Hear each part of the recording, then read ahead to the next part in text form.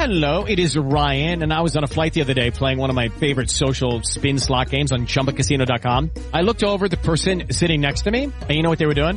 They were also playing Chumba Casino. Coincidence? I think not. Everybody's loving having fun with it. Chumba Casino is home to hundreds of casino-style games that you can play for free anytime, anywhere, even at 30,000 feet. So sign up now at ChumbaCasino.com to claim your free welcome bonus. That's ChumbaCasino.com and live the Chumba life. No purchase necessary. VGW. Void were prohibited by law. See terms and conditions. 18+.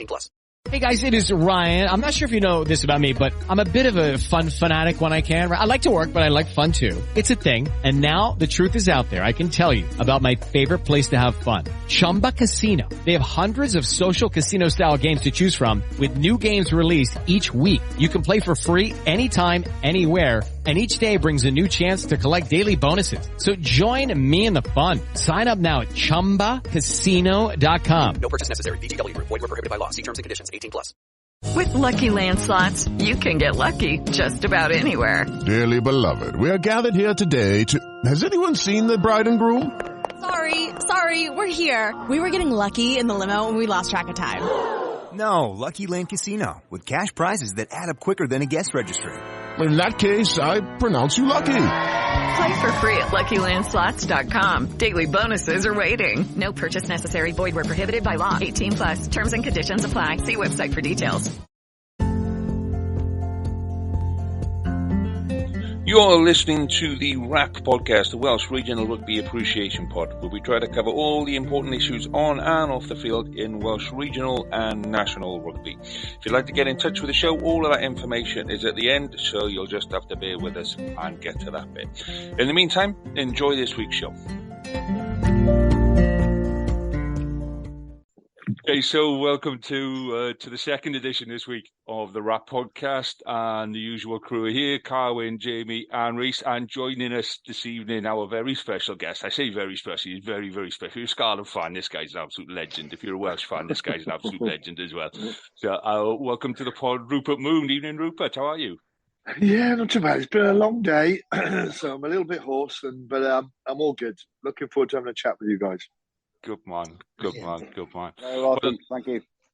So obviously we got Australia game from last week to talk about. But before we dig into that one, I just watched the extended highlights of the 92 game against Australia. Well, the Llanelli Australia game. Well, what memories have you got of that game?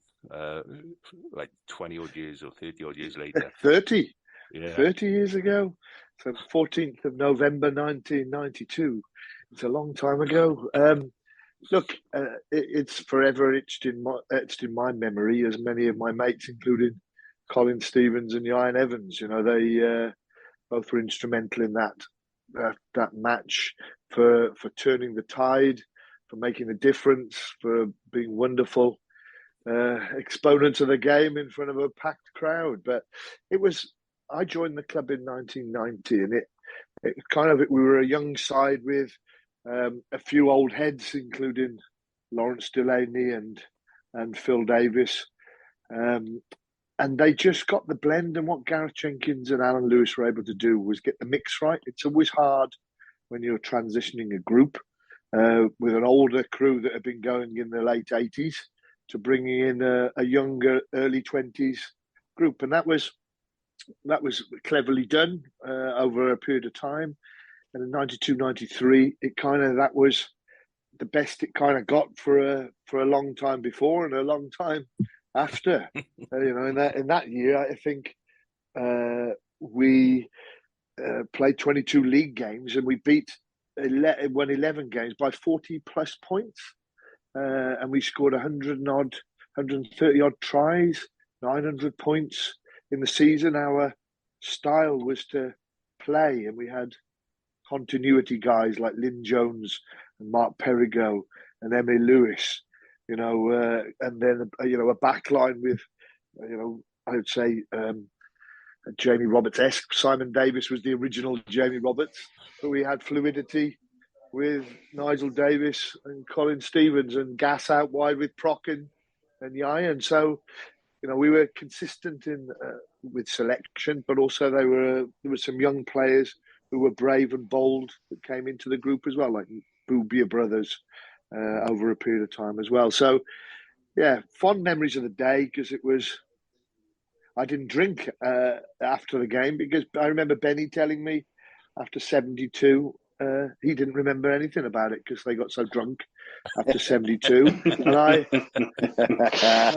And we knew bizarrely you get, and I'm sure as supporters or players, you get a sense that you're always gonna win on certain days. You just know it's whether you're in the pub, you just feel it's right. It's the same exactly on the morning of a game. You know that it's your day regardless. And that morning there was Benny was around, Grav was around, Gareth was doing his inspirational team talk at the Ashburn, and so the stars were aligning, and we knew it was our day, and we'd seen how others had been successful against them. But don't forget, I think Connecticut have beaten Australia 4 times, I think, and drawn once. So not many clubs, I would say, whether that's Swansea, Neath or Cardiff, in the history of them have beaten them 4 times. So it was special day, and one that I'll never, ever, ever, ever, ever forget. And I can't remind it. The people in my friend circle, I haven't got that many friends, so they don't allow me to repeat it. So it's quite nice to be able to say that was what happened that special day. And do you think it was better back then, when it was clubs as it was then, compared to being regions now, when they were personally, I think they were supported more then than they are these days? Yeah, look, it's the game is basketball and netball to me. The evolution. I played pre-professionalism, and I had that post '95 experience, and then coming back to play for Graham Henry in '99, 2000, 2001. And the game has changed beyond all recognition. Today, I think the modern supporter is demanding entertainment, quite rightly. It's that we're in the entertainment business now. You pays your money and you want to be entertained. Yeah, winning is nice. Yeah, winning is important. But actually, if I'm bringing my family, I want to see a spectacle, and I think where you get away with it is Gatland's decade and more of success. We didn't play particularly glamorous stuff, but we won. No one remembers how we do remember, because we kicked a lot, we tackled a lot, we ran straight a lot, but it was successful, and we don't mind then. And so I think the supporters the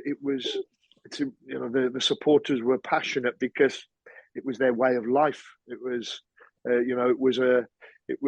you're brought up, you're born into it. And I think now there's a lot of competition for entertainment on a Saturday, Friday night, Sunday. And so now it's more than just winning.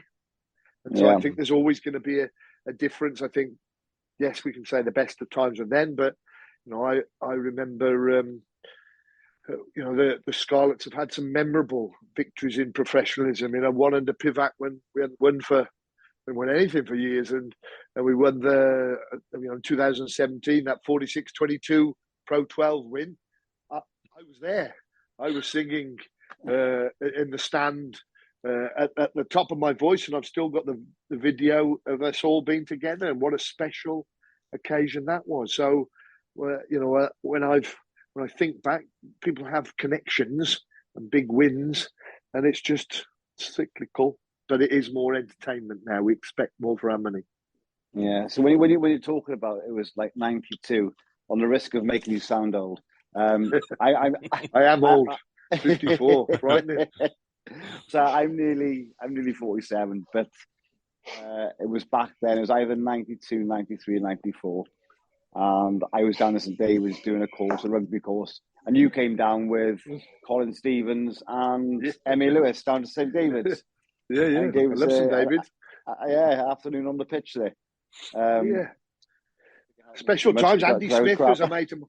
Yeah, Andy Smith, a journalist, is a mate of mine and used to live in St David's, and had fond memories. And I still go back. I'm hopefully going back soon in the caravan to White Sands. So, why not? I'll It's be lovely there. down there. Yeah, it's gorgeous. It's gorgeous. I've frequented the pubs of St David's in a variety of clubs, including Nancaredig. I even watched Nancaredig play for St David's there as well. So, yeah, fond memories of those and visiting clubs in that area, because it was, even though it wasn't regional, it was regional. You know, we spanned large areas of West Wales with an expectation all clubs would love us, but obviously there were some where they had a different connection, like Crymych or Cardigan, that had, for all the right reasons, had players that had driven past us on the M4 and gone on to Neath. You know, John Davis being one, Kevin Phillips being another. So they had a natural affinity. Funny if I used to get a lift with John Davis, Kevin Phillips, and Brian Williams up to Neath. I did it. I was training with them for about 6 weeks back in the day. Well, that one season I had with Neath, I would have stayed there forever. By the grace of God, I moved on. But in that 89-90 season, I don't think I made a tackle. You know, I had Jeremy Pugh, Brian Williams, Kevin Phillips, John Kembury, Mark Jones, Lynn Jones, Roland Phillips. You know, the Hugh Richards. You know, it was a formidable Jeremy Piggy Pugh. You know, I remember scoring 5 tries against my Steg away, and they were just because that I dove in the scrum and I was asking Mark Jones a question, and unfortunately, as we've all read his book, wasn't able to answer quickly enough. And I love Mark, and I love Mark to death, you know. And but I was looked after well. But if Johnny Griff hadn't gone north, the opportunities hadn't changed, and Ron hadn't become coach of Wales, and Bridgie hadn't had that next opportunity, I might have been there for 10 years. So I think it was Rodri Jones was playing scrum half the time. Neath played South Africa, I think. I'm not sure. I can't remember if Chris Bridges was on the bench. Oh gosh, yeah, it was amazing. But in that year, I was on the bench against New Zealand. I was on the bench with a white shirt with a black band. That was at the nut grabbing one. Because I was on the bench. I was on the bench that day. The bench against New Zealand, where we scared New Zealand. That was with Neath. Yeah. We scared New Zealand. Quite rightly so. We scared many people that year. Yeah. So what did you make of the game on Saturday then? Look, I played 272 times for the Clefley Scarlets, and I played a few seasons with Abertillery, and that one with Neath. And you have games where everything's going right, and then suddenly, for a number of different reasons, it starts to go south, and that's where you need to put your foot on the ball, and experience in the group is really important. And I think there was a couple of things that stood out for me. One was that decision before half-time to go back blind, and I'm always obviously aware of 8-9, and to go back blind when they were down to 13, I think it was, just before half-time, was a critical choice. And now, I don't know who made the call, whether it was 8, 9 or 10 to go back blind, but that was a game. I felt there was a tipping point there. If we'd have gone open, trucked it up the middle, same way, like Pierre Villepreux always used to say, keep going, they'd have run out of players and maybe we'd have scored. There was a choice to go back blind. And when you're down to 13, all you're thinking about is, come back blind, please, because that's the easiest place to defend. So that was a really big decision by whoever. I'm not pointing the finger at any of the three; they'll all know. And then taking off experience in the second half. Yeah. Obviously, I don't think we'd ever got above 30 points against Australia in the history of Welsh rugby, and then to get to that point, 21 points up with 20 minutes to go, you think, well, you're going to do all right here, and so you take off over a couple of hundred caps. You take off a couple of hundred caps. Now, that's where I suppose experience in the room, as in the coaching room, is probably you go, well, you put your foot on their throat and go for the jugular and go, let's go 50, or do we give experience and miles on the clock because we've got a World Cup? So you need that balance, and I think hindsight is a wonderful thing, and I'm coach of Tumble and the under-18s, and I've been coaching Tumble since under eights before that. I did a bit with Nanker Reading, but I could never be a proper coach. I got proper coaches either side of me. But to make those decisions, you need to have that experience in the room, and you only get experience, unfortunately, by getting experience, good or bad. And I think looking long term, giving people some extra caps and opportunities will stand you in good stead for a World Cup when you might need them because of injuries, and you might need players to have that confidence of a victory against Australia, who were a wounded animal, and they were on their last legs. They're battered and bruised, aren't they, coming into that game? And so significantly, experience left the field for injury or for substitutions. And I think that's where the ship wasn't steadied enough when we needed it enough. But that's easy to say now.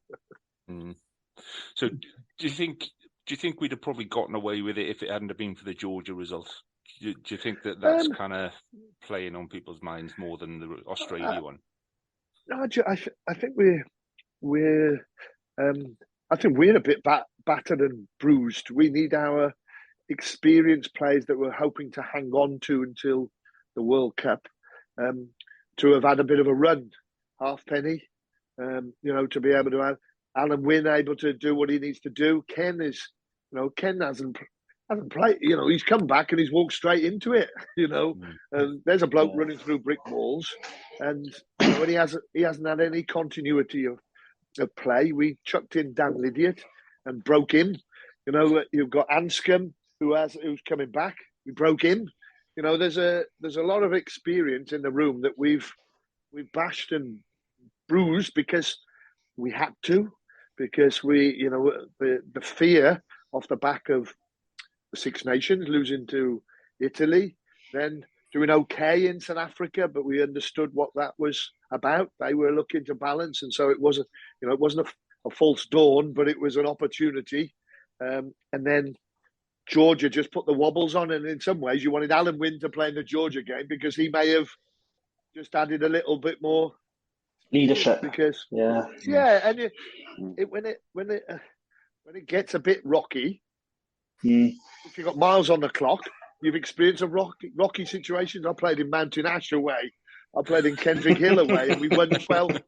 We played 12-9 or 13-9, and we went on to win the cup those years. But you've got to have a cool head, and you've got to be able to have someone to look in your eyes and go, "We're okay here. We can do this because I know we can because I've experienced it before." Yeah. And that's where the pay.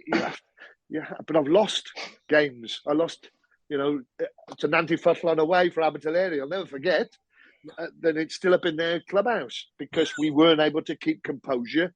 We panicked under pressure. We made the wrong decisions and rushed. Like I'm saying about going back blind. Those are the experiences you won't forget. I still remember Dyke Llewellyn picking the ball up at the base of the scrum and winning 40 yards for Llanelli against Ebbw Vale. I'll always follow the ball around the scrum. To this day, I still follow the ball around the scrum. So you've got to have the discomfort because at the end of the day, what matters to me is a World Cup.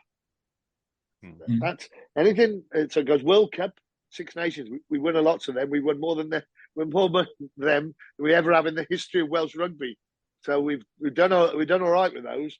The Holy Grail is that World Cup. So selfishly, I want us to add painful experience. We're playing Georgia again.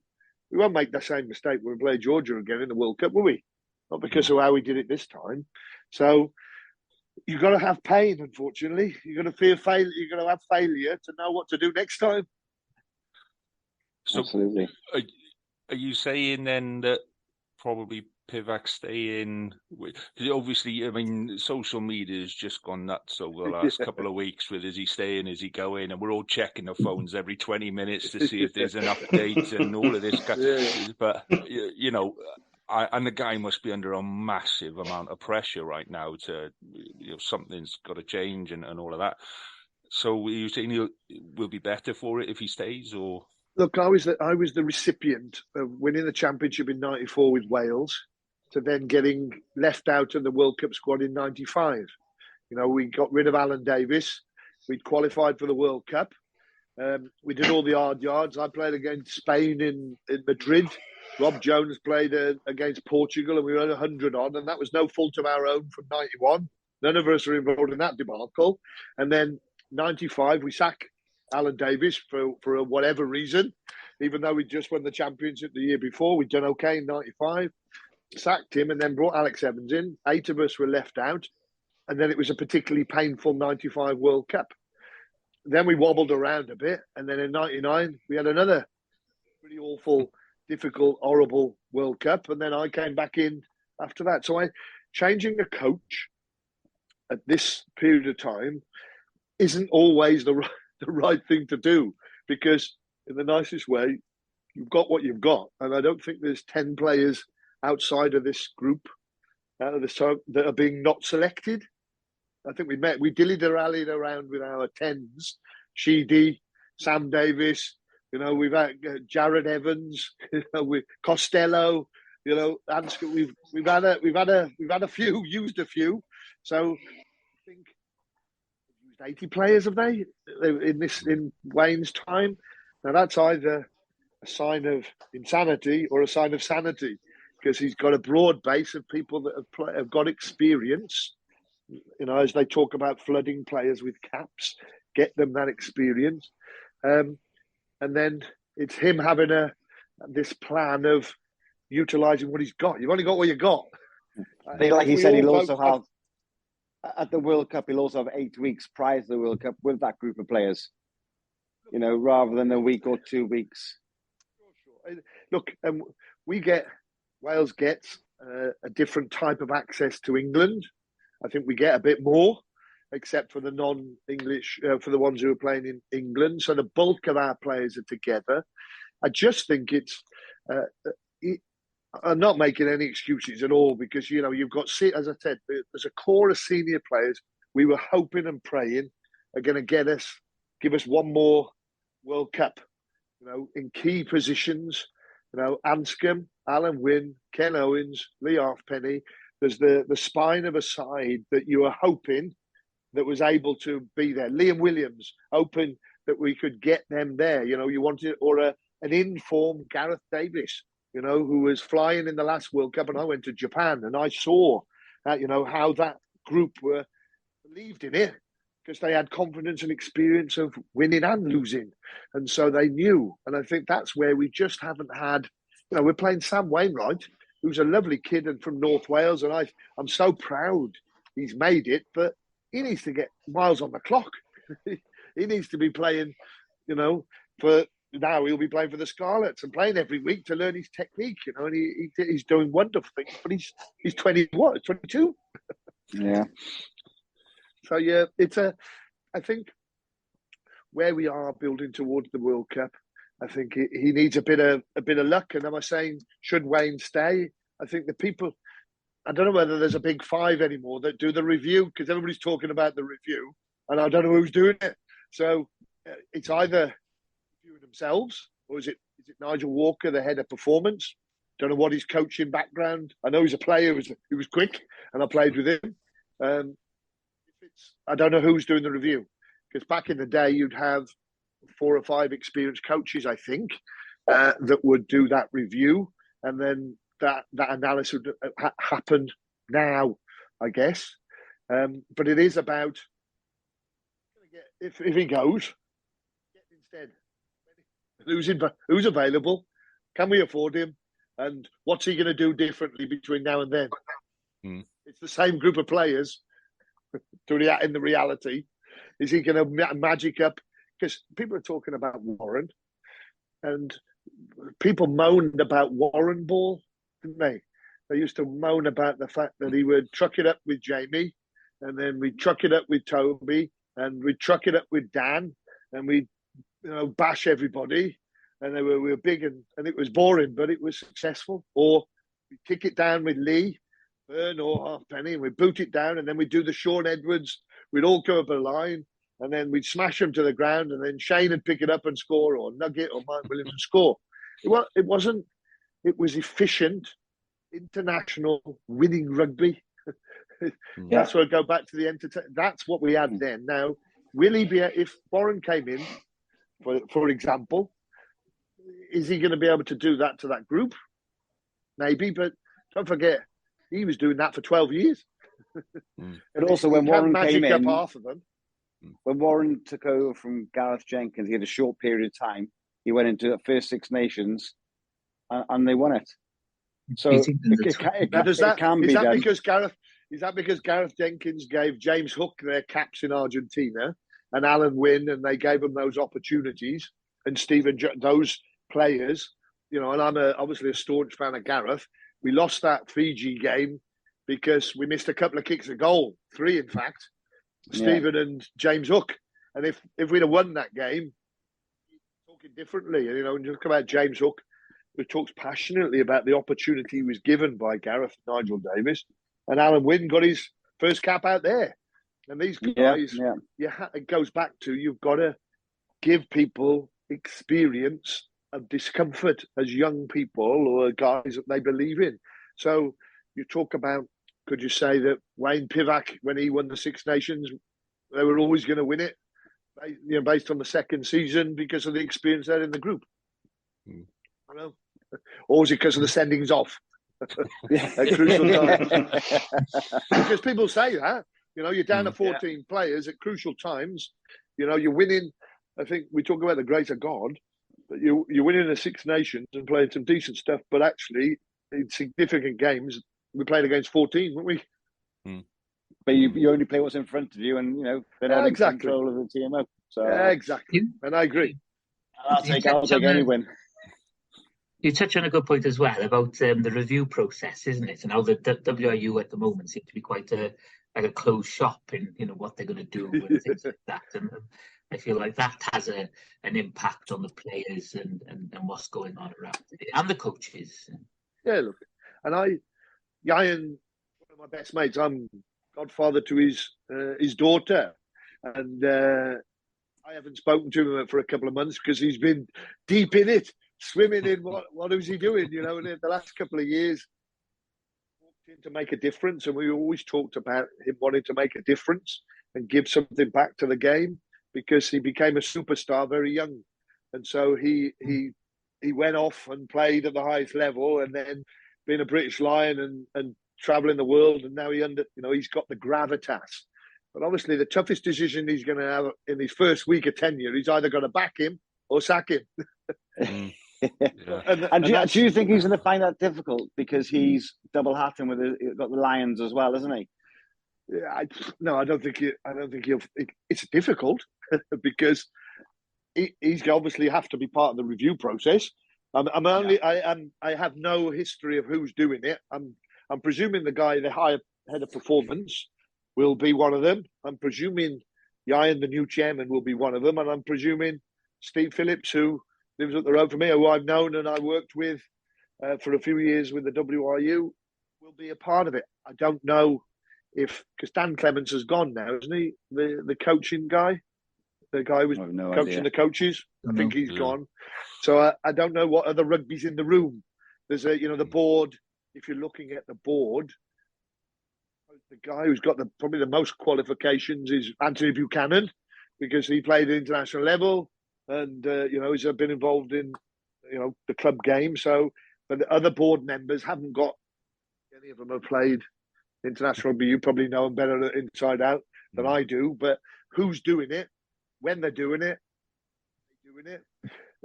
We all want to know. But I think if they're thinking one way, someone in the background is going to be phoning up everybody else and saying, if that review didn't go well, would you be thinking about, would you be interested in doing this, that, or the other with Wales? And I don't know who makes those phone calls. No. Rupert, can I just ask Rupert a question? Because as we are on the WRU, I'm sure you're aware, Rupert, there is a lot of anger, towards the WRU from fans, a lot of criticism. We know that Sam Warburton has been very critical on Amazon about the governance. We've had former players such as Jamie Roberts, Andrew Coombs, and we've had Sean Holly come out on Scrum 5. He described the WRU as a faceless organisation. In your opinion, Rupert, do you think the WRU is fit for purpose? Look, no pressure. Look, I got chastised before I joined the Scarlets board as a heritage director to try and protect the heritage of the people who created the Scarlets. The 150 years of Llanelli RFC, and I joined with Carol Jenkins last September. And in amidst what's the Premiership? What does it stand for? Who's what? Who's doing what where? Yeah. And I got chastised a bit because prior to that, I'd done had a chat about the WRU. I've been employed twice by the WRU. I worked for David Moffat and I worked for Roger Lewis, and I set up and helped set up the thing in North Wales, which is still going 10 years later and produced its first international in Sam Wainwright, which we're very, very proud of. Fit for purpose. Now, the key bit is you only change it if someone is going to get in and change it. We can all moan about it, and I keep going on about the fact that someone has to be on the committee of every club in our area in Wales. Someone has to join the committee, and it's a thankless task. I know the 3 or 4 guys that are on the tumble committee, and by being a youth coach, I sit on that now and again, and I know how hard it is to be a committee man. It's litigious. There's all sorts of there's child protection, there's health and safety. There's a million things that you've got to be doing. So it's hard. Volunteer committee man. You don't get anything for it. What's even harder is to be an elected representative, district rep, because not only have you got your committee meeting for your club, but then you're expected to go to district meetings with all the other club members, and then people fire questions at you, and you're still Alan Evans from your club who sits there, and it's all the clubs around you saying, hold on, you're a district rep. Well, you voted me on, and I'll do my bit. And then I have to go to sit in other meetings where I go, now I've got to sit in a disciplinary, I've got to sit on a finance, and I ain't getting paid for this. I'm only doing it. I couldn't do it as a job with my job now. Most people are retired. Why are they retired? And why are they all retired? Because you have to give so much time. Now, I know a lot of these guys that you say are faceless. They're all on the website. I know a lot of them. Their heart is in the right place. People go on about they get a blazer. I mean, in the good old days, they used to have trips here, there, and everywhere for all the different things. For giving up everything. You're probably out 4 nights a week. Would you be out 4 nights a week from 7 till 11? I don't know. I wouldn't. Going to a game that's not your club every Saturday, because people are going to have an opinion like we all have, saying that it's wrong. So then you've got to, without the experience necessarily of being able to deal with it, come up with a plan. Because you're not the best bloke in town. You're the bloke that someone else has said, oh, you'll do all right. You put yourself forward and going, oh, you think I'll do all right? All right then. Yeah, and he says, oh, I'll do all right. So we're all there by hook or by crook. You're sitting on the board of the WRU. And Reese, Lee, Karen and Jamie have got an opinion about you, of what you've done in your history, who you haven't played for, who you haven't worked for, what you haven't done. And all you wanted to do was be a committee man for Tumble Rugby Club or Nanty Futlan or Abertalery. And by you, a district member on a board. And someone said, you're going to be on the referees and you're going to be on this. Why? It's like, that's our union of clubs. So we can moan and groan about it and say, that bloke's rubbish, they're faceless, they're having all sorts. Actually, it ain't all that it's cracked up to be. And there isn't a queue of people wanting to be WRU board members. And I know that for a fact because they stand unopposed. So can we moan about it? Can we do something about it? Yeah. Lee, Karen, Jamie, Reese, stand. Be a committee man in your club. Stand. Be a regional one. Stand. Board of the WRU, like Yayan is, who's going to be the chairman. Because if I said to Yai now, I'd say everything you've done in your playing career, people are going to quickly forget. Now you're Yayan, the chairman of the WRU, not Yayan the lion, Yayan the captain of Wales, Yayan our hero. You're now the guy that has to make a decision, back him, sack him, support him, cut the regions, don't cut the regions, give him more money, don't give him more money, because it's all down to him now, because that's what we're going to say, aren't we? Yeah, but sorry, but do you think then, in that case, surely then it's integral that the community game and the pro game, that governance are separated, and that professional people making those professional decisions?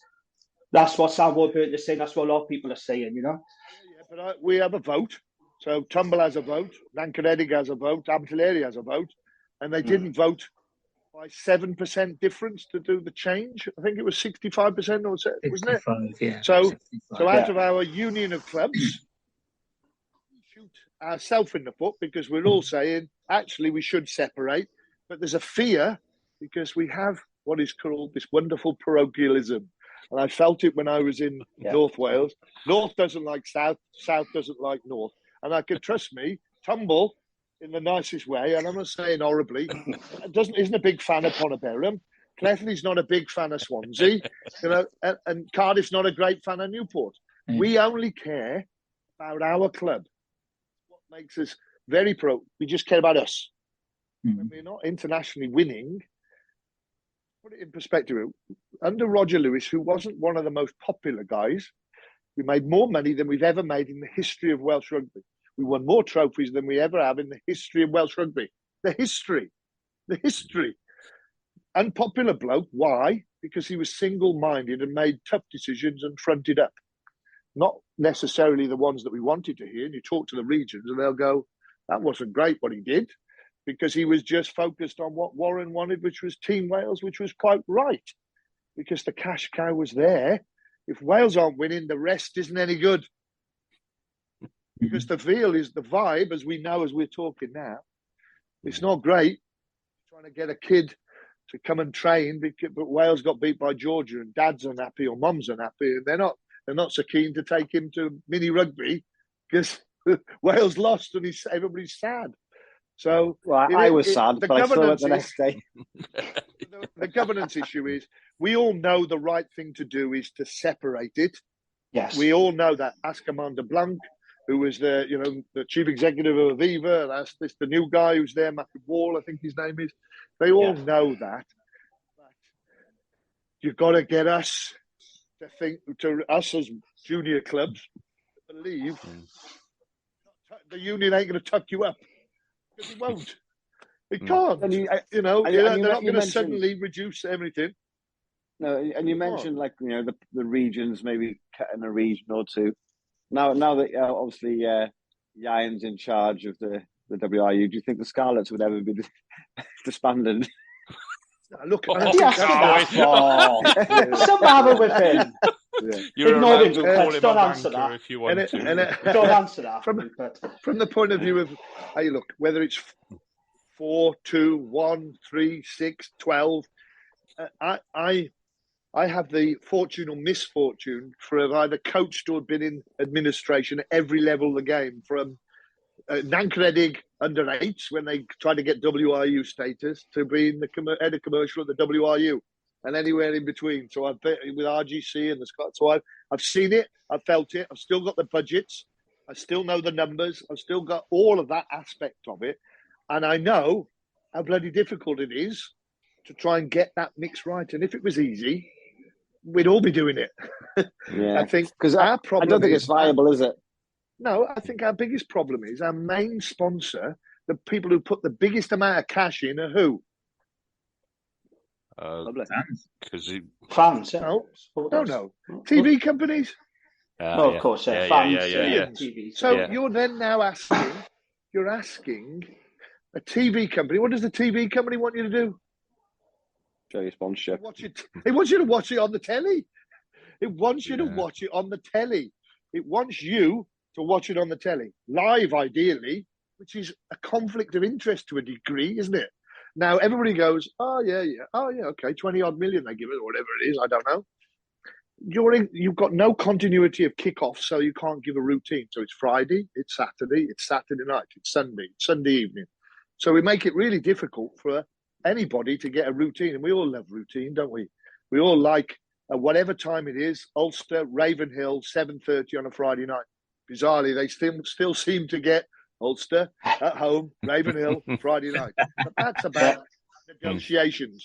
We haven't got enough people at the right age, the right demographic, available at these weird and wonderful times.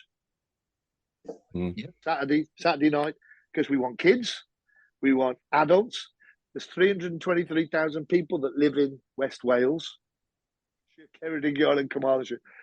Within that hour and a half, if you're coming from Aberystwyth, how are you going to get there for a 7:15 kickoff?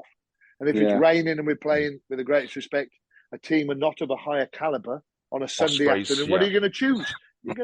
Our supporters are too knowledgeable. We know if it's going to be a rubbish game, we know it's a rubbish game. And if it's raining and there's a reason not to, and it's on the box, we're going to choose not to.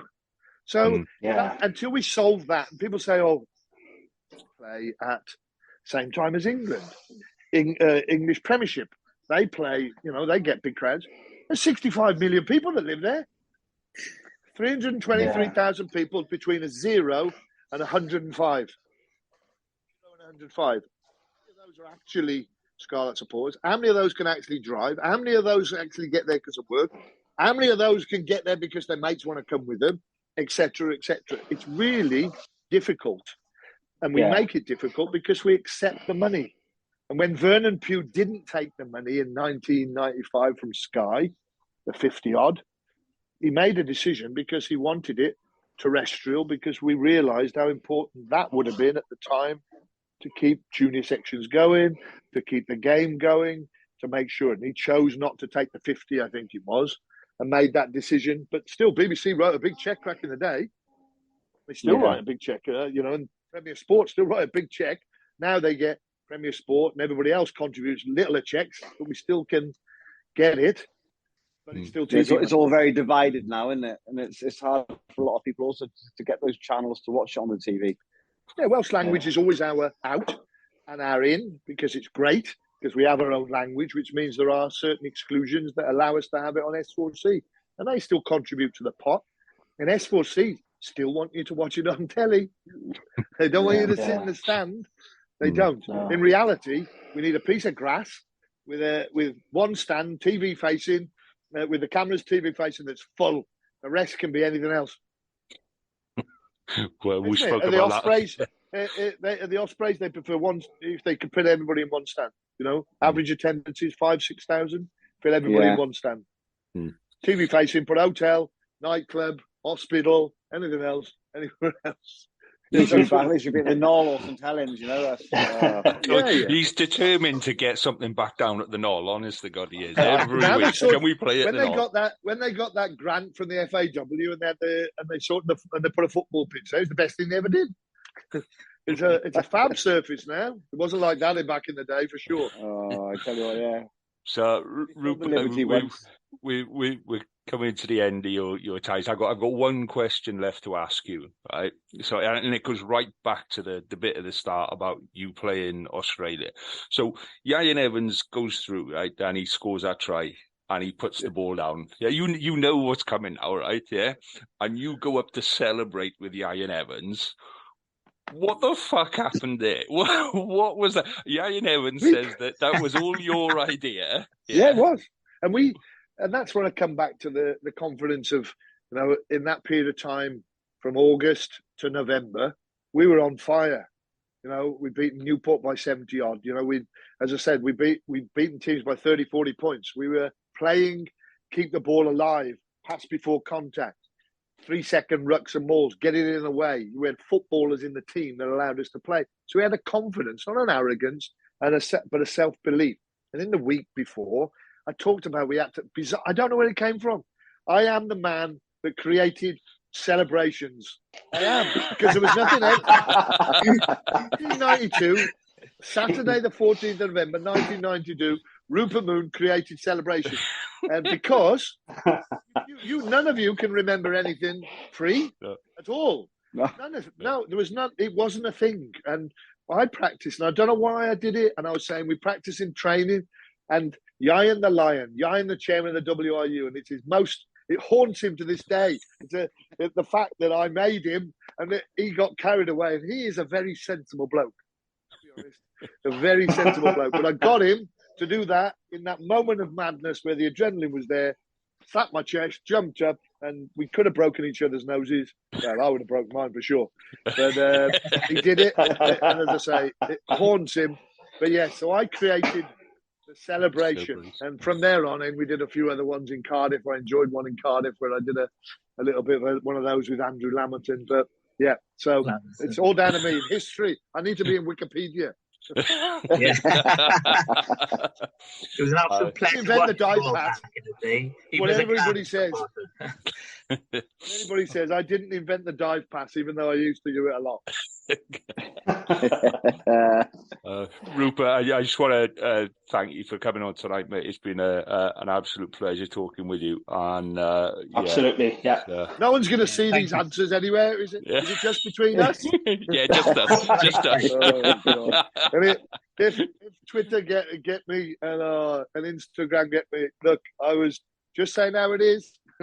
Yeah, no, it's great. We appreciate it. Thank you. Yeah, thank you. Thank you. Good luck. Don't stop supporting. Don't stop having opinions. But always remember, someone has to be in that chair that's making those decisions. And it's easy to go like that when actually you've got to put yourself in there. And as I say, the majority of the people in that place, I know, and they're rugby people. And rugby people like you and me that just want the best. All we want is Wales to be successful, our clubs to be successful, our regions to be successful. No one is rubbish deliberately. Say that as a player. Of course not. And on that note, Top man. Thank you very much, my friend. It's been very good with you this evening. Cheers. Much appreciated. Cheers, Rupert. Thank you. Bye. Bye. Okay, so Rupert Moon was amazing. Now we get to do our bit. We get to have a chat about Australia. But before we do that, drink of the week, boys. This is second drink of the week now. Reese must be down to his baby sham now. Were you cracking into the baby sham stash, you, Reese? Nearly. I was thinking about buying a bottle after when I wasn't there. Like I was listening to it and going, bastards. Yeah. I'll get the crate of the stuff to drink on the pod. But no, I ran out of time today. So after a homemade curry, I brought back the Cobra. So not very imaginative. But it'll be nice. That's the second time you've had a Cobra, and your excuse last time was, I had a curry last night and I've got a couple of Cobras. I eat a lot of curry. James, have you got one? Or have you run out of supplies? No, I got one. But first of all, can I just say, do you remember when I first came onto this pod and I said, I don't drink on a school night normally? Ever since I've been on this pod, I'm drinking every bloody week of the school night, and it's all your fault. You're going to turn me into an alcoholic, the lot of you. I do dread going to work the next day. I'm going to be honest after that. Yeah. What turned you was that? What was that pink cider you had? Yeah, that pink Magnus, wasn't it? Yeah, it was a Rosé Magnus. Yeah, one of the worst alcoholic drinks I've ever had, and it wasn't even mine; it was the wife's. So I got into big trouble. He's always got to get that in there. Every time he mentions it, it wasn't mine. It wasn't mine.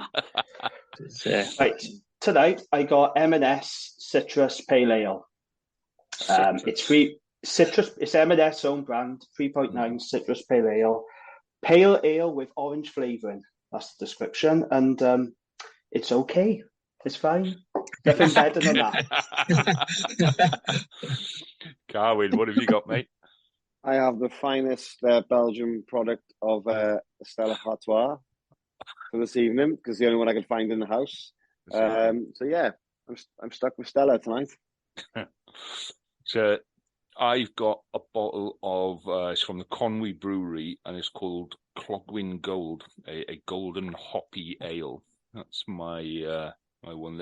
I got it from Tesco's. It's on like a Tesco's kind of craft ale, and of all the ones that I've tried on there, it's quite a crafty way. It's quite cloudy sort of thing. Do you know what I mean? So looks cloudy, yeah, but it's got that craft kind of taste to it rather than that mass-produced stuff. So I'm enjoying it. I thought it said a happy ale to start with. I think that's where I got it. It's hoppy. It's a hoppy ale. I must read it, and I thought it said it's a happy ale. I thought we'll go with that, but no.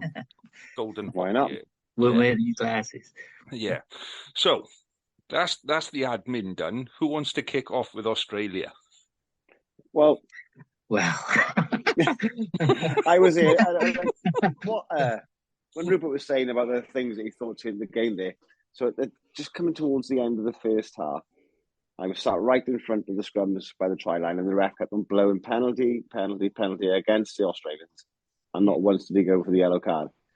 And it was only then after the break, I think they got yellow carded after that, and that was our difference for tries there. But I thought there was a couple of players I thought stood out. I thought Gareth Anscombe run the game fantastically until he was injured. I thought Dylan Lewis had a fantastic. I was watching him in the first half because they were running my direction, and he was smashing into people. And obviously Jack Morgan and Alan Wynne.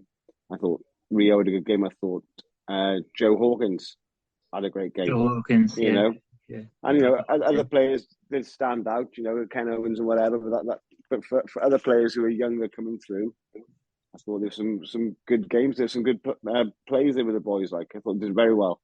But again, like this. What went wrong then? What actually went wrong? Like I said, I was sitting there. I sat there and I said, I think it was my wife sitting next to me. Said, "We could put 50 points on them here." I said, "It's on." Yeah. And then we took those boys off, and it all went pear shaped. Yeah. And I was sitting there going, "Oh no, it's Australia. Anything can happen. It's Australia," and it did. How many times have we lost to Australia like that, right, in the last minute? Like it was, but it was, but like before we've like defended well, and a player like Curtly Beale has like got through in the corner or something like that, isn't it? And this time there was just that sense of foreboding, that sense that we're going to lose this, even when we were quite far ahead in that second half. That just the way we were playing, I don't know what sort of halftime speech Pivac gave, but the decision to take. We mentioned it with Rupert. We mentioned it a little bit now. Like took all the leaders off, and everybody with that experience, or could start barking orders at players that would listen to them, were gone. Like, do you mean? And it's just Yeah, but that's about producing the experience of the younger lads, and isn't it? Like you said, they've got to go through that pain to learn. But then this is what I said last week. You could have had Ken Owens on to start. Yeah, Ken Owens plays 40 minutes, and you bring Elias on, and you play what's his name? The Newport second row, James. What's the Newport second row? Carter. Yeah. He could have played the first half. He comes off at half time, and you bring Alan Wynne on. Yeah, so you're giving young players, your younger players, the experience, but you're still maintaining the continuity of experienced players around them. And what we did was we put all the experienced players on to start with, and then we took them all off, and it just didn't make sense to take those players off. And then Anscombe is injured, and you're just sitting there and you're going like, this is all turning to shit. This is all going wrong, and you could feel it, and you could see it on the pitch. And there wasn't a way back, There wasn't an obvious way of let's rectify this by doing something, And I agree with you, but about you have to go through the pain sometimes to you can't crack eggs and make omelets or all that kind of stuff. You have to go through the hard bits in order to develop yourself as a player. That was hard. You have to go through the hard bits, but you have to go through the hard bits with a game plan, isn't it? That's why we bring through what were you saying in the last podcast about like two young players. Who was I listening to? Like it wasn't it? They said two young players every season or something like that. Because they're playing as teams with all that experience, rather than taking all the experience off and just giving them tackle practice, because that's all it was. It wasn't giving them the experience of like a game plan. Well, they would have, they'd have had that in training, but you need that leader on the pitch to be able to direct them, to be able to do that, to get, even if they lost, they lost with a forward route, a thing like we were trying to do this, it didn't come off for these reasons, rather than just being torn into by a superior side, which it was at the end, wasn't it? Like, we lost players. We've got to put this defeat into context, boys, and there's some painful facts that's got to be said about it, okay? So the fact of the matter is we conceded a 21-point lead against a down-and-out and depleted Australia team, right? Before this game, Australia had 40 players unavailable.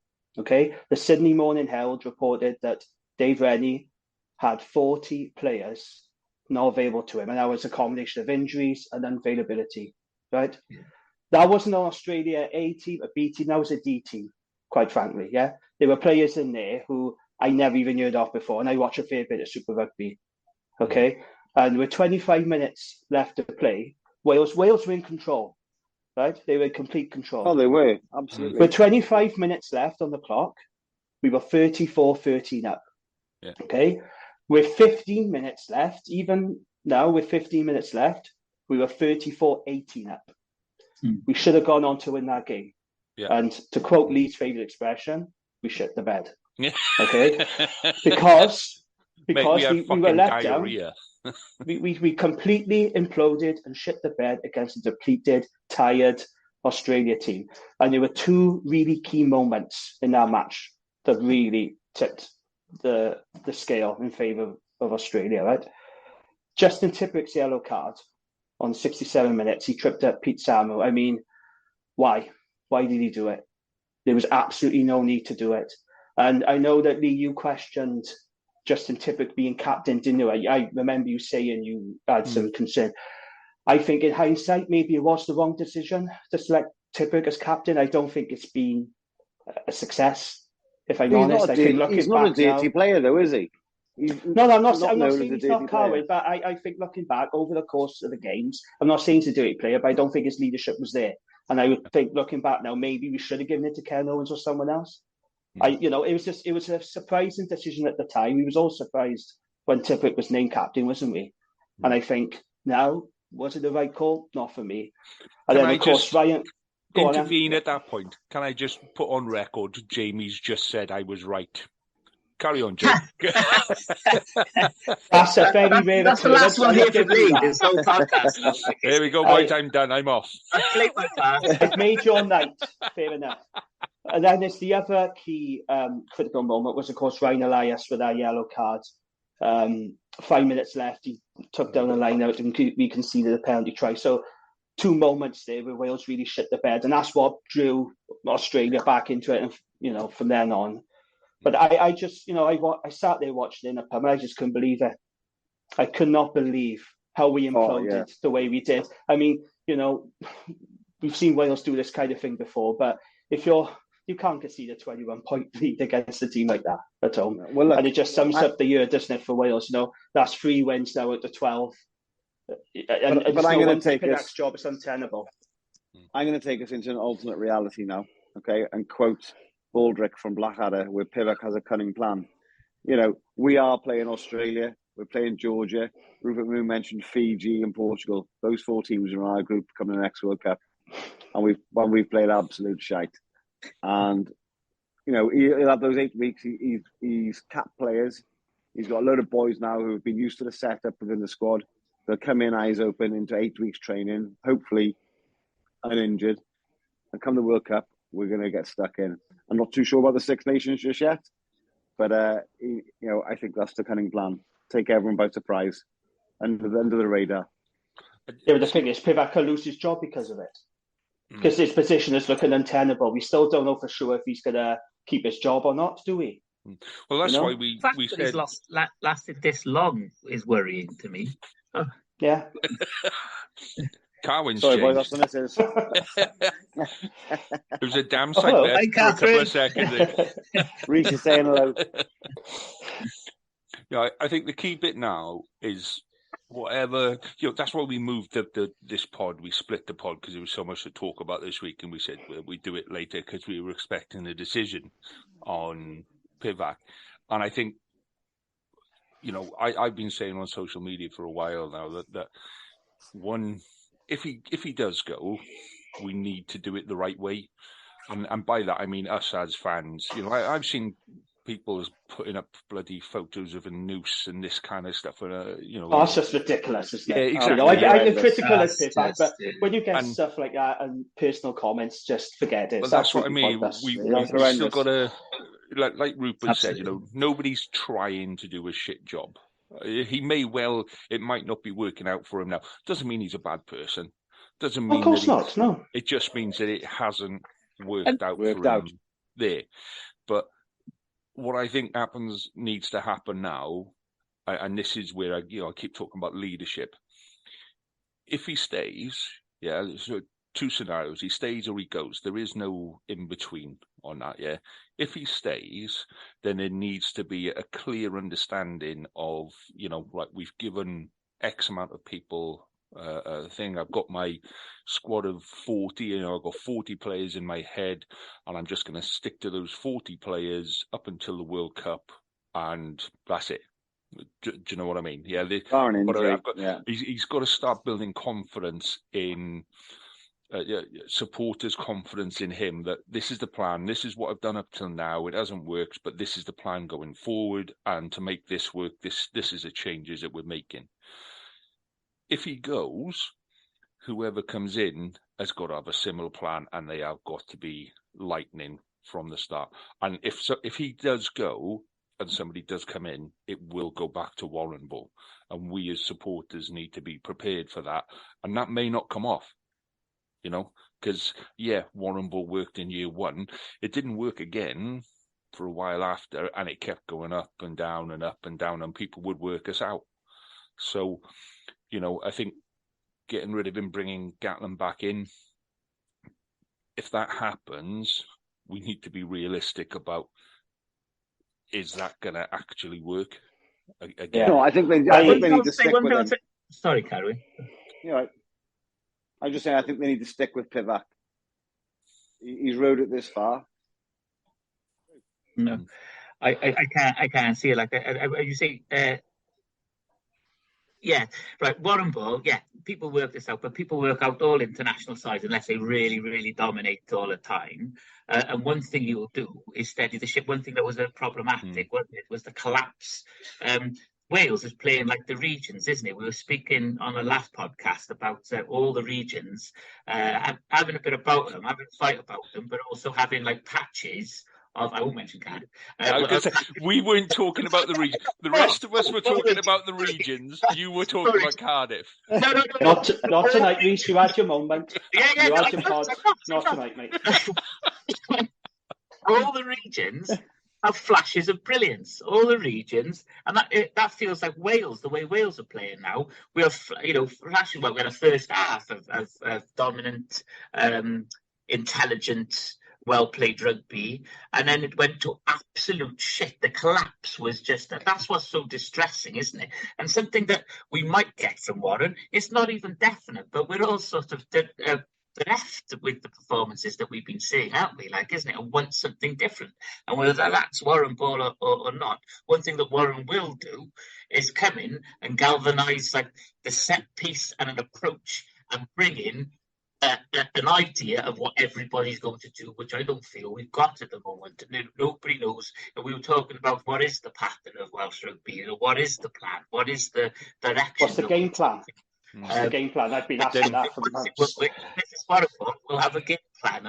That for me as a supporter, it makes me feel more comfortable than what's coming at the top. But then Warren Gatland isn't a coach. Warren Gatland's a coach director. Okay. Warren Gatland brings in coaches around him that he knows are good, people like Sean Edwards and Rob Howley. But he'll bring him in and he'll say, I want us to do this. This is the plan that I want to work to. I want them to be, a certain set of skill sets. I want them to be at a certain fitness level. What do we need to do to make that happen? And he'll coordinate 5 or 6 coaches and he'll motivate the players. Yeah. And in order for that system to work, you have to have coaches available. His coaching team didn't come together for 2 or 3 seasons. He took Howley with him from Wasps, and then he kind of added to it until it was there. To turn around now and say, right, okay, come in and do that. Does he come in and keep, Jonathan Humphreys and Stephen Jones and all of this, with all the flack flying around about them? Or, if he's going to bring a coaching team in, who's going to come in and know how he works and put that system in place in under 12 months? And if he does come in and he says, right, okay, I need to bring players in, I can guarantee you those players are getting taken out of regions a lot more than they would have done previously. We will see them, and that's the price that regions are going to pay over the next 12 months. If that comes in or it doesn't or whatever, it's going to be really, really difficult. One way or another, the WRU are going to want regional players with them more than they are with regions. And with all the stuff that we're going through as regions at the minute, I just feels like a shit 12 months ahead. That's where it brings in the 60 cap rules. Sorry, Jamie. That's what it brings in the 60 cap thing. And I don't know what way they have around it. I think they should scrap it. And I think, now this is just my personal opinion, a lot of people differ with me, I'm sure. No. But, I disagree with that. But yeah, go on then. Tell me why you think you should scrap it. My reasoning is, let the lads go and play in leagues or in teams where they're winning. And now, obviously, not everyone for Wales is going to go to England or France or wherever. So let those players who have been selected or paid to go and play for these teams go. Still select them for Wales. Still make them available. And then, like some of the regions are at the moment, they are bringing in overseas players. Not too many. But and this is where it comes to the money again. So I don't know where the money would come from. But then you're having younger players in that team playing with some Welsh internationals in that team, in that region, but also overseas players bringing that different experience, a different mindset, and turn them into winning competitive regions. But you still get to select these lads who have gone off and gained more experience in winning teams in bigger leagues. I don't think it's doing a disservice to Wales or to the regions. I think it might enhance it. No, it is. It is doing a disservice. I'll tell you why, Karen, is because Pivaka spoke about this on Gatland. When players play outside Wales, they miss 25% of the training sessions, and that's a problem. They lose access and control over these players. So when people talk about, it's detrimental to the regions, this whole 60 cap thing, it's not really about the regions. It's about Team Wales. It's about them having control and full access to the players. And they don't want players going back and forth, missing training sessions. They want to keep them in camp and have that control and access. We've heard Wayne Pivac say before, haven't we, about the longer time we spend together, the better we are. And I think if you get players just going off here, there and everywhere, I don't think it's helpful to Welsh rugby. I do agree what you're saying about different cultures and everything. And, players can play outside Wales, but they have to have 60 caps. And I do think, there are pros and cons to it. Don't get me wrong. It may need tweaking. It's not perfect, but I do think we need some sort of system. We can't just let players go off because what good is that going to do the regions? What good is that going to do Team Wales? How is that then? It's got to be written into the contract. If that word happens, it's got to be written into the contract. There's no guarantee that can happen. No, I know. The clubs don't have to agree to it. No, that's where the big lawyers, the big money comes in. Yeah. Why would English clubs agree to that? They're paying the wages. They don't have to agree to it. Why would they agree? It depends on the player, though, isn't it? If they are like a top, it depends on the club. It depends on the club. Then they would have to. They've got more sort of leverage then with the contract making. Northampton had to pay for George North. They had to pay that. They got fined. Yeah. Clubs ain't going to get fined. No. But what would the answer be? Would you drop it down to 30 caps? See, I would. This is what I said earlier. I would drop it to 30 if they're playing inside the URC, so you can see them regularly. You've got a bit more contact with them, and I would do that provided that there's an agreement between ourselves, Ireland, Scotland, Italy. That South Africa. Well, yeah, but provided they stay inside the URC, and they're released for training sessions. I think that's an easier manage than Gallagher Premiership. We've got no say whatsoever in Gallagher Premiership or French 14. Yeah, if the WRU goes to Gallagher Premiership and says, we're going to release our 60 cap rule, provided you let us have players back, they're going to stick two fingers up and go, no. At least within the URC, there's some kind of, incentive to listen to what the WRU says, and there is an ability then to move around to Scotland, Ireland, wherever. And I think that's a compromise where you could reduce it to, say, 30. So if you had 30 caps, you could play within the URC. And if you want to play outside the URC, then it's 60. It's a compromise. But my honest opinion is, and I think a lot of this revolves around whether Pivac stays or goes. If Pivac goes and somebody new comes in, then you have to suspend that 60 cap rule for 12 months. And you say, right, this is up until the next World Cup, you are going to select outside the 60 cap rule, but after the World Cup. So everybody knows if you're signing a contract after the World Cup, 60 cap comes back in, just to give But if you look at our 60 cap rule, right, let's put this into perspective now. In England, you play outside England, you don't get selected, no matter how many caps you got. In Ireland, you go outside Ireland, you don't get selected.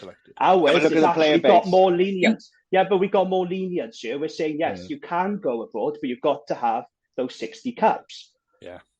The setups in those countries, though, for those players are a lot different. We've just been moaning about, like the fact that none of us have got, that's why Will Rowlands might be leaving, isn't it? If they're going to stay in Wales, then they have to be they have to have jobs, they have to have definite pay, they have to have good work. None of us in our jobs would accept the working conditions of some of the professional players. I'm not saying by any means 60 cap rule. Got to have those conditions in place. Yeah. I'm not saying it's perfect by any means. I'm not. There are, like I said, there are pros and cons. I completely get the points that Carwyn is making, I get the points you're making. But what I'm saying is we have to have something in place because we can't just let all our best players leave Wales. We can't. I'm sorry, we can't. I don't agree with that. That's just my personal opinion. But I think it might be tweaking somewhere. Maybe like you said, Lee, maybe regional premises now need to come into it. I don't know, but we're going to have this Will Rowlands situation, by the way. I'm really upset and angry about it. I'm really proper pissed off. We had Nigel Walker last night on Twitter. You showed you contradicting the Dragons. Dave Flanagan has come out. He said, we can't offer any contracts to these players. But Nigel Walker said, well, yeah, there's a contract on the table. So who's telling porkies? It's absolutely ridiculous. This needs to get sorted now. There are players out of contract, those squad players who are not internationals. They don't know if they're going to have jobs tomorrow. It's got to be solved. It's ridiculous. This can't carry on. So to round this up, gents, because we know where this one's going, and that's going to open a whole other box of fireworks. So we'll save that box of fireworks for next week, But, we're Welsh rugby fans, and it is when you set the fireworks alight, it does. It's emotional. Yeah, well, and that's why we do this as fans, isn't it? So the good bit is we don't have an international game to do predictions for this week, so me and research, Scot free. We're sorted. No special brew for us. Well, we need to introduce. To be fair to Carwyn, So what we're going to do now, Carwyn, we decided this unanimously. We thought you'd vote for it, so we just went, that'll do. Okay, cool. So when we do our weekly predictions of who's going to win and what the scores are going to be, whoever turns up the worst in those score predictions gets their drink of the week chosen for them by the other three of us. Okay. So Reese was shitting himself on my. I think I am the worst. Have we kept a record of all our predictions? I've got the spreadsheet set up, ready to do it. And every now and again, I sit down and I'll go, right, okay, I'm going to go right back to week one and start filling it in. And I usually he's got some time on his hands, hasn't he? No, well, that's it. I haven't got the time. What is it you do, Lee? I'm 4 weeks behind my Open University course already. I've got to try and find a way of catching up. Oh, never mind, Dad. Concentrate on the podcast and do these spreadsheets. I've got to get my predictions. On that note, gents, I think we'd leave it there for this evening. It's been a pleasure as always. I thought Rupert Moon was fantastic. And can I just say one last thing, Lee? Go on then. Words of the great Bon Jovi, keep the faith. Oh, good Lord, how much have you been drinking? Right. Just love it back, isn't it? He's on the Stella, man. He's on the Stella. Gents, we'll do it again next week, and say hopefully, fingers crossed, we've got a pretty a pretty important, a pretty amazing guest again for next week. People keep wanting to come on, gents. What can I say? You know, they've obviously heard about Reese's baby sham stash. Apart from, why do you have to? Why bring that? Just up made now? the editing a lot more difficult. Yes, I was thinking I'll have this edited tonight. This will be bang. This will be out. This will be ready for the morning. Ah, bastard. Right, on that note, gents, thank you very much, and we'll catch up again next week. All the best, gents. Always been a pleasure. Week. Take care. Ta-da.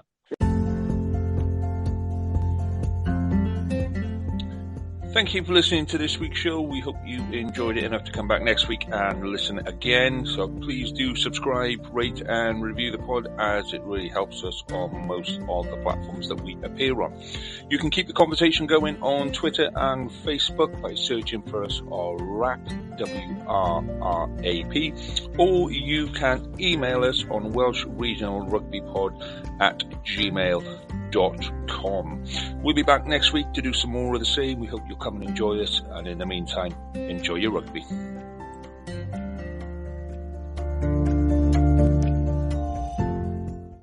Sports Social Podcast Network. Lucky Land Casino, asking people, what's the weirdest place you've gotten lucky? Lucky? In line at the deli, I guess? Aha, in my dentist's office. More than once, actually. Do I have to say? Yes, you do. In the car before my kids' PTA meeting. Really? Yes. Excuse me, what's the weirdest place you've gotten lucky? I never win and tell. Well, there you have it. You can get lucky anywhere, playing at LuckyLandSlots.com. Play for free right now. Are you feeling lucky? No purchase necessary. Void where prohibited by law. 18+. Terms and conditions apply. See website for details.